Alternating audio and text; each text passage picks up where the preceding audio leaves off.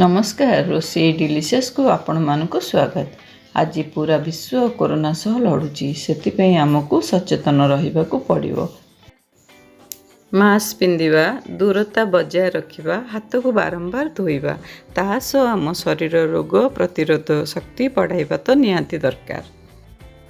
चलंतु आज घरे थिबा सामग्री रू गोटे काढ़ा तैयारी करिबा जहाँ आम रोग प्रतिरोधक शक्ति तो बढ़ाए ताहा सह ठंडा खासरू भी रक्षा करे। वीडियोटी भल लगिले लाइक कमेंट शेयर करंतु। एहीपरि आउरी नुआ वीडियो पाई चैनल को सब्सक्राइब करंतु।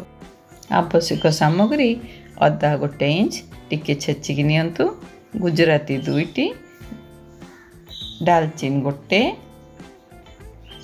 किशमिश 4टी, तेजपत्र 1, फ्रेश तुलसी पत्र 8 ରୁ 9टी, लवंग 3 ରୁ 4, गोलमरिच 7 ରୁ 8, अल्प गुड़ टेस्ट पाई।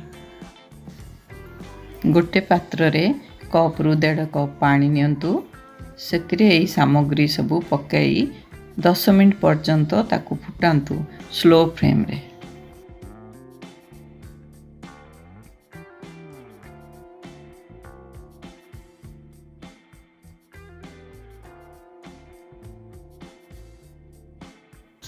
यही सब सामग्री आम हाथ पांतरे थाए किंतु आमको आर फायदा जना न थाए।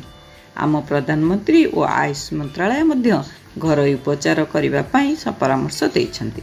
आपण आहस विटामिन सी जातीय खाद्य खाई पारंती जेपरिक कमला, लेंबू, अँला। आपको घरे समस्ते दिन को 2 थर करी पियंतु।